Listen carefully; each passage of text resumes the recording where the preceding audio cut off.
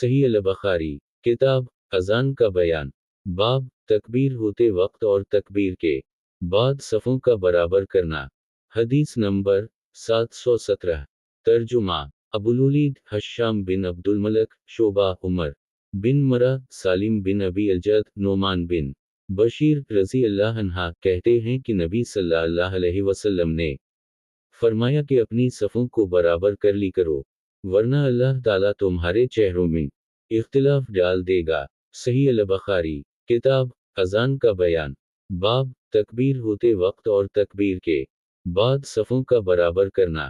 حدیث نمبر 718 ترجمہ ابو معمر عبد الوارث عبد العزیز بن صہیب حضرت انس رضی اللہ عنہ روایت کرتے ہیں کہ رسول اللہ صلی اللہ علیہ وسلم نے فرمایا کہ صفوں کو درست کرو، میں تمہیں اپنی پیٹھ کے پیچھے سے بھی دیکھتا ہوں۔